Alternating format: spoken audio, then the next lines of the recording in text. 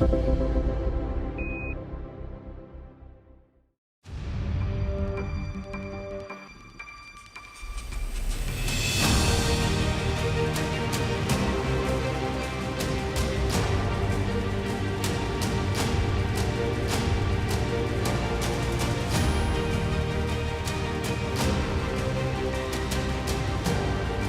landing a man on the moon and returning him safely to the Earth. Tranquility Base here. The Eagle has landed.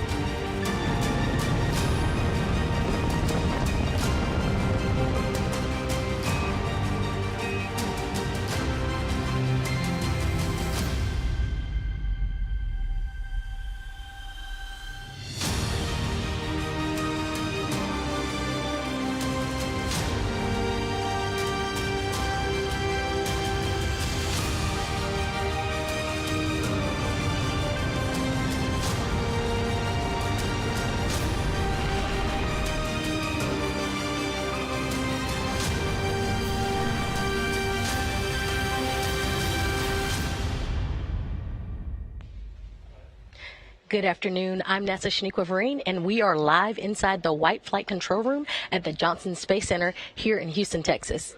We are bringing you live coverage today of the Distant Retrograde Orbit Departure Burn. This is a quick burn expected to fire for 1 minute and 45 seconds, beginning at 3:53 and 50 seconds p.m. Central Time, 4:53 p.m. 45 seconds Eastern Time. The Distant Retrograde Orbit is an elliptical orbit or oval shape around the moon. This orbit is unique to Artemis 1, testing out its various systems, and will not be used on future Artemis missions. Later, we'll have NASA's Dan Hewitt back at the moon board to explain a little bit more about the distant retrograde burn and how it affects leaving the distant retrograde orbit. And NASA's Robin Elgart is here later today to talk to us about the deep space radiation environment and what she is doing to help further our knowledge on space beyond lower Earth orbit. We'll catch up with them a little bit later, but for now, here are some shots inside the Artemis Mission Control Room.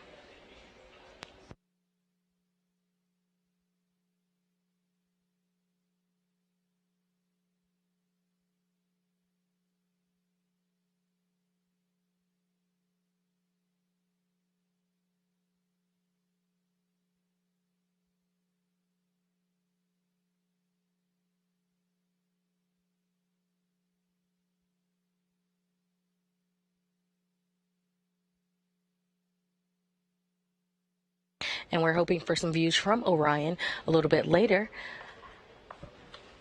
Currently, you're seeing the arrow tracker used to track Orion.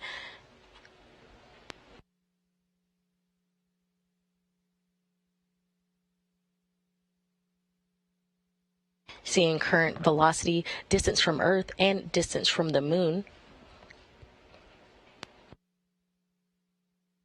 Following a successful launch on Wednesday, November 16th, NASA's uncrewed Orion spacecraft is ready for its distant retrograde orbit departure burn today on day 16 of its 25-and-a-half-day mission beyond the lunar surface. Orion lifted off atop the Space Launch System rocket at 1:47 a.m. Eastern Time from Launch Complex 39B at NASA's Kennedy Space Center in Florida. The distant retrograde departure burn prepares Orion for a second lunar flyby, or that RPF, the return powered flyby, and Earth insertion burn, and finally preparation for a re-entry and splashdown planned for December 11th.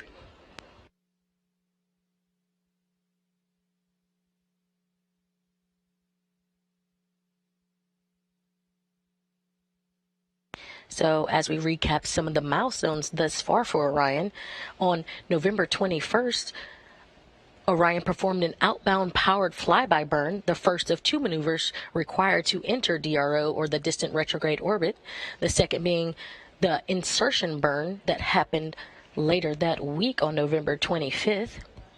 At the time of the outbound powered flyby, Orion was just 81 miles above the lunar surface.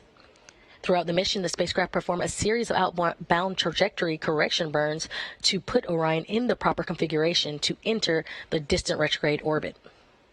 So remember, 81 miles above the lunar surface on November 21st, and by November 22nd, Orion exited the gravitational sphere of influence of the moon and was at a lunar altitude of nearly 40,000 miles.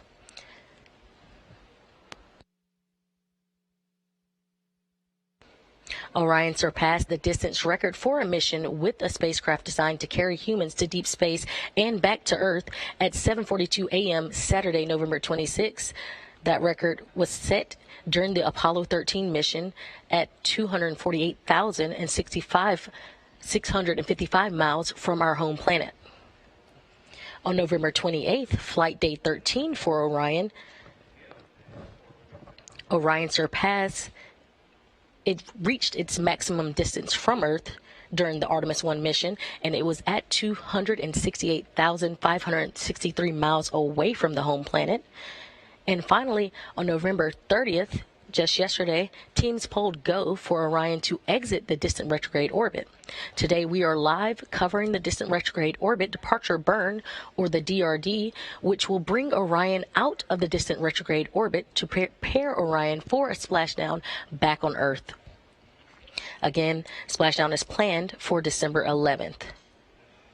And we are looking for the burn for the distant retrograde orbit departure burn to happen at 3:53 and 56 seconds p.m. Central Time.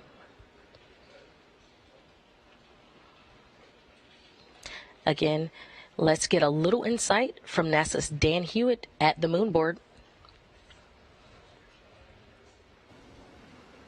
It's been a fantastic mission, but all great things must come to an end. It is time for Orion to leave its orbit around the moon and come home. So we are getting ready for distant retrograde departure. This is going to be a firing of those engines on the European service module to actually commit us to leaving the lunar orbit and coming back towards Earth. So we're again going to be using that large main engine to start to swing us back in close so we can do essentially a slingshot around the moon. We'll be dipping in again for another powered flyby, this one called the return powered flyby, which is really going to kind of fine-tune our path back towards the atmosphere. But the one really committing us to come home is going to be this one that's coming up, this distant retrograde orbit departure. So for Orion, it's going to be farewell to the moon until it starts making its way to us back here on planet Earth.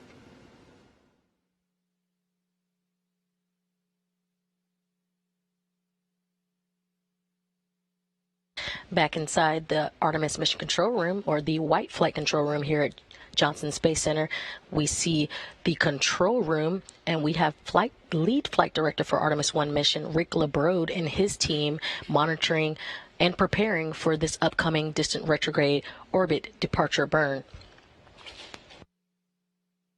Here with me now, I have a special guest today on console. This is Robin Elgart, space radiation element scientist. She will discuss the deep space radiation environment and what we are learning on missions like Artemis 1.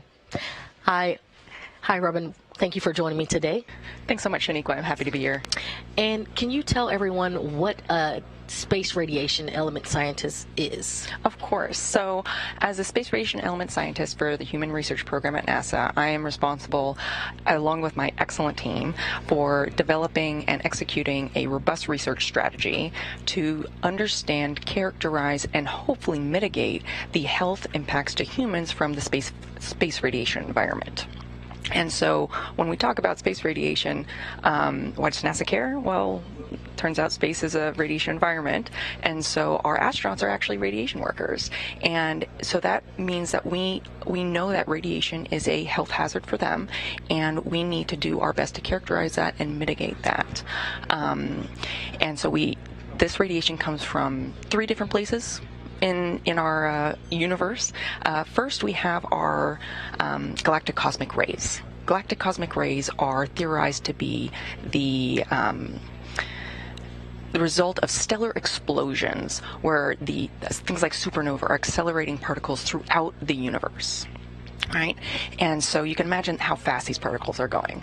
And then we have trapped radiation. Trapped radiation is actually a a consequence of our Earth having a beautiful magnetic field, and it protects us from all sorts of things, but it also traps some of that radiation that's zipping around out in our solar system inside these belts, which are called the Van Allen belts. So those are these sort of donut-shaped rings around our planet.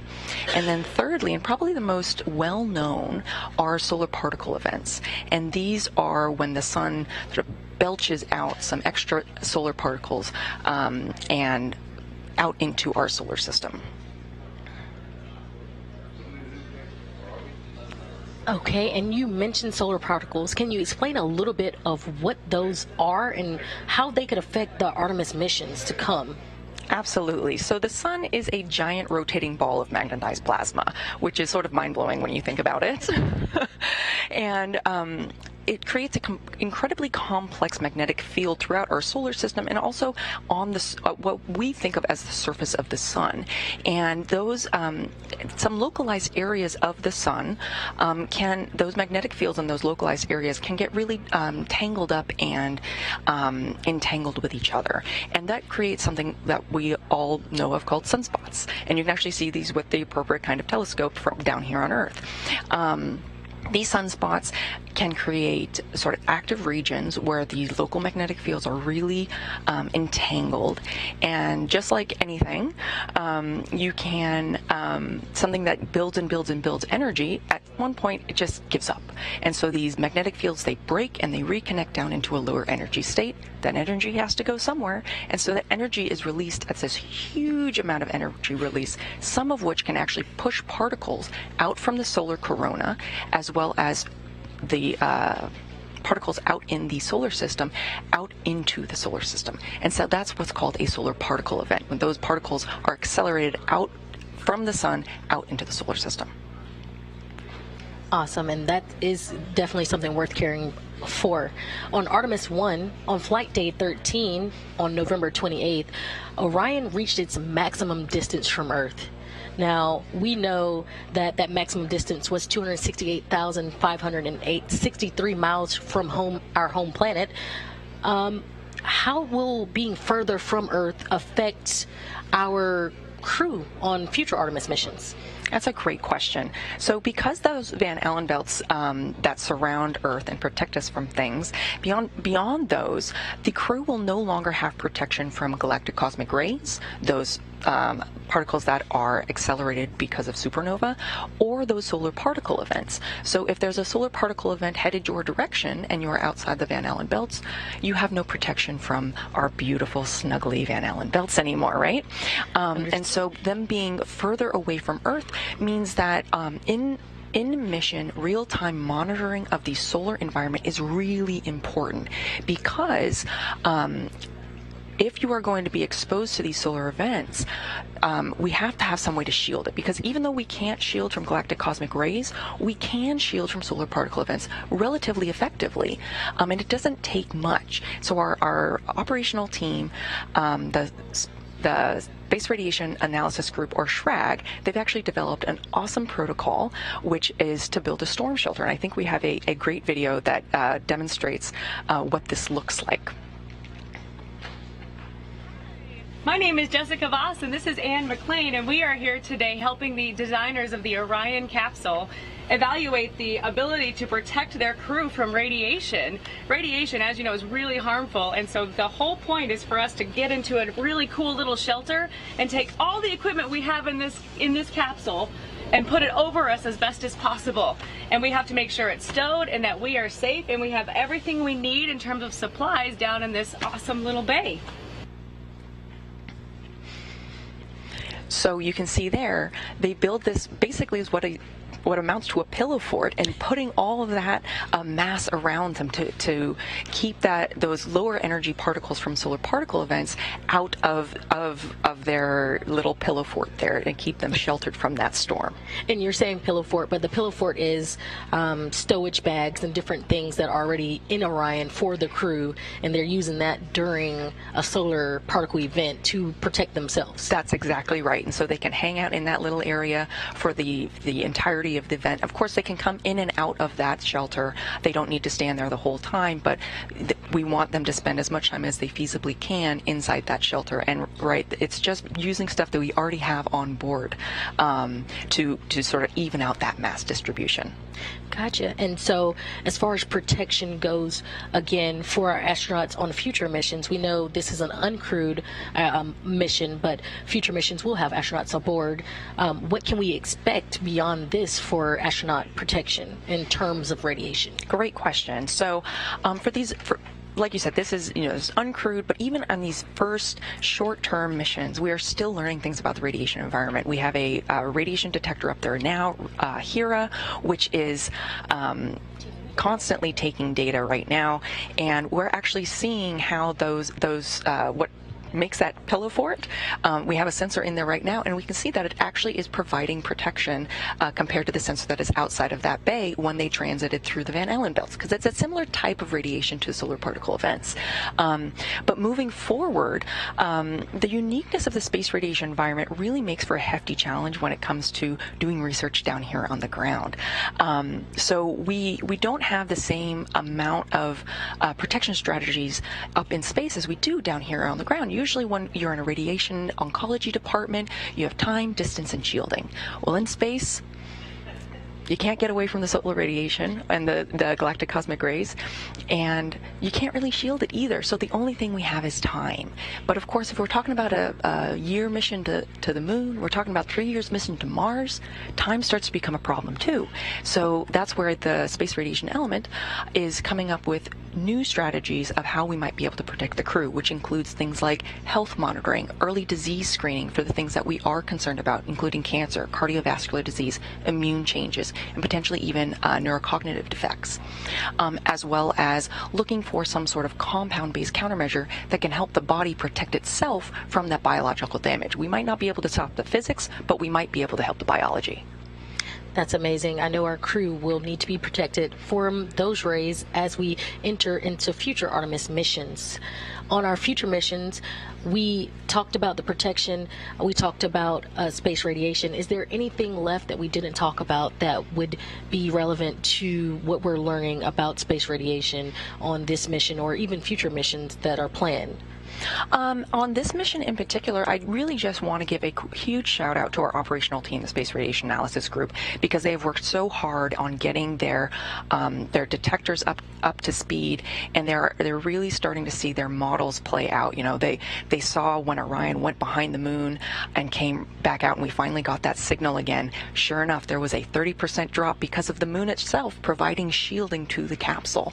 And so just a really huge shout out to that team, because they have done an amazing work. They're working 24-hour console to support this mission, and they really deserve mad props.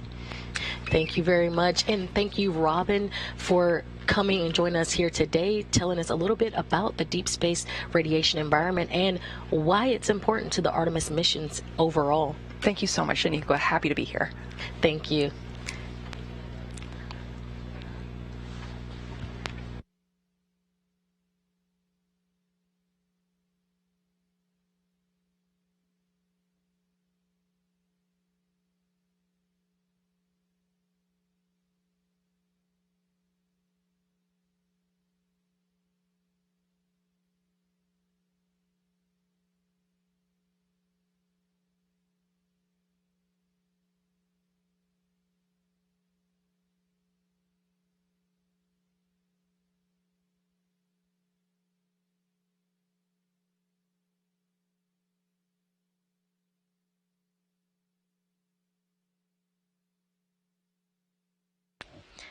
And if you just joined us, you're watching live coverage of the Artemis 1 mission. Today we're on day 16 of the 25-and-a-half-day mission. We are currently awaiting the DRD, or the distant retrograde departure burn. And we're looking for that burn to happen at 3:53 and 56 seconds p.m. Central Time, 4:53 and 56 seconds p.m. Eastern Time. So about 4.5 minutes out now from that burn.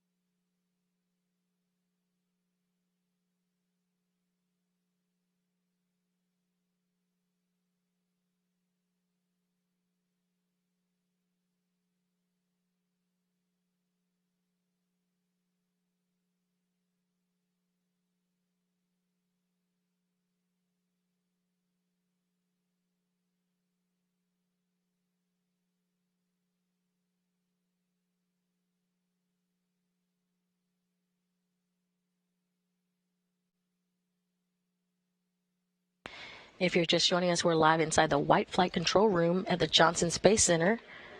We are awaiting the departure burn.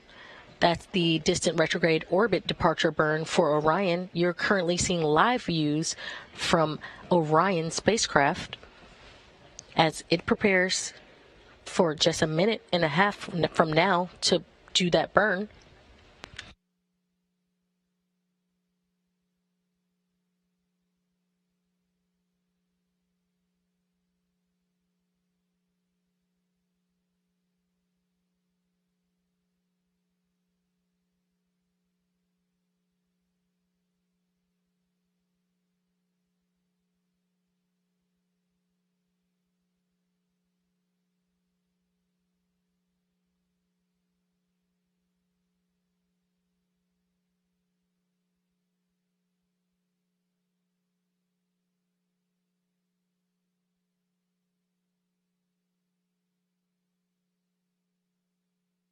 And just about 10 seconds away from that burn beginning.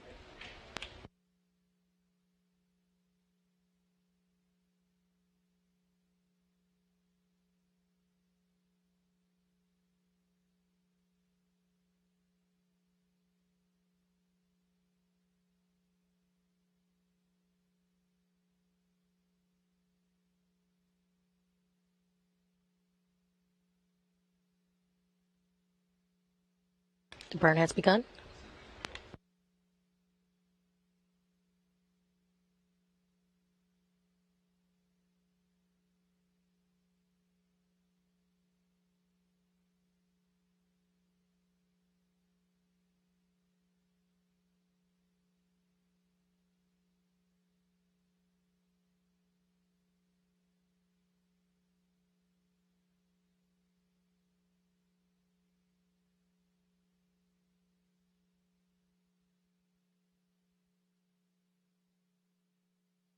And we're halfway through the burn.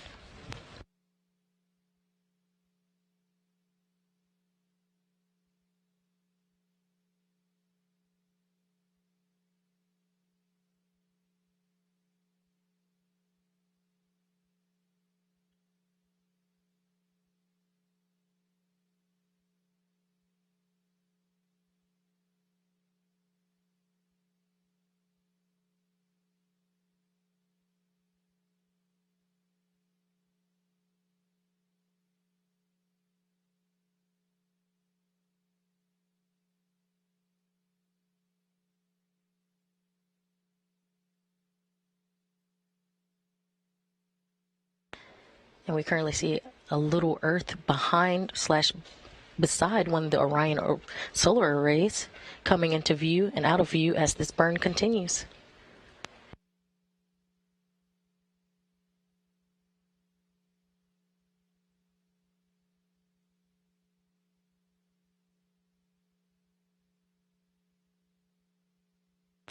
And a nominal burn has been called in the room.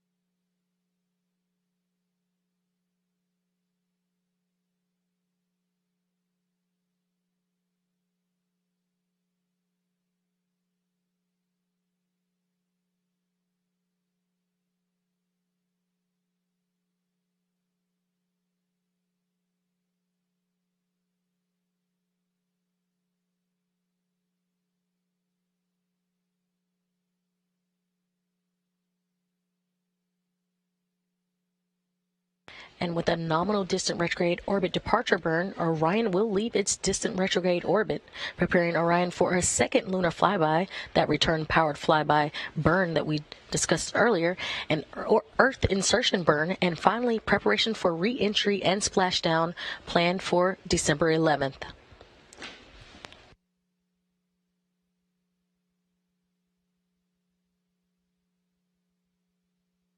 Again, Orion has had a nominal 1 minute and 45-second distant retrograde orbit departure burn. And with that, we'll wrap coverage for today. But we'll be covering the RPF, or the Return Power Flyby burn, live on air on Monday, December 5th. Again, that will be aired at 8:30 a.m. Central Time, 9:30 a.m. Eastern Time. And again, that is on December the 5th. Before we air that December 5th Return Power Flyby for Orion, be sure to check out live coverage of the U.S. EVA on December the 3rd. Showtime beginning at 5 a.m. Central Time, 6 a.m. Eastern Time.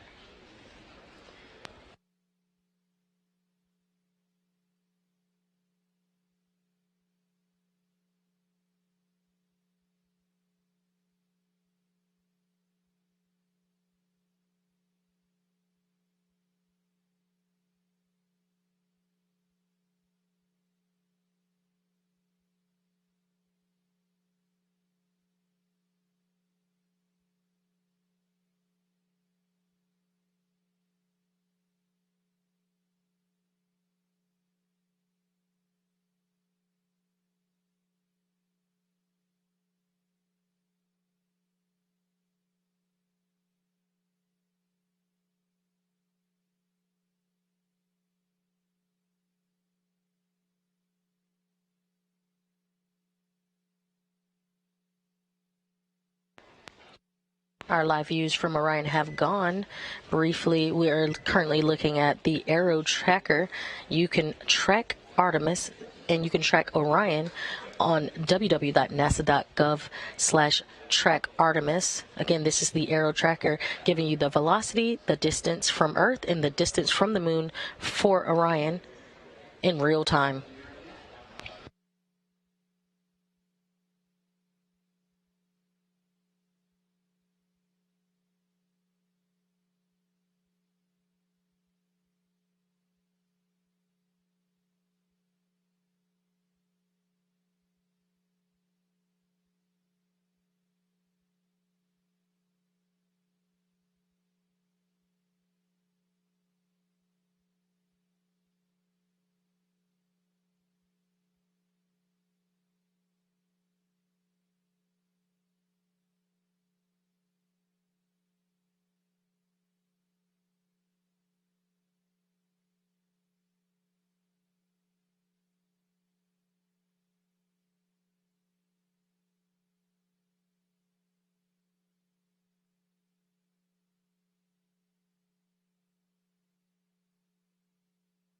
Again, we had a nominal distant retrograde orbit departure burn.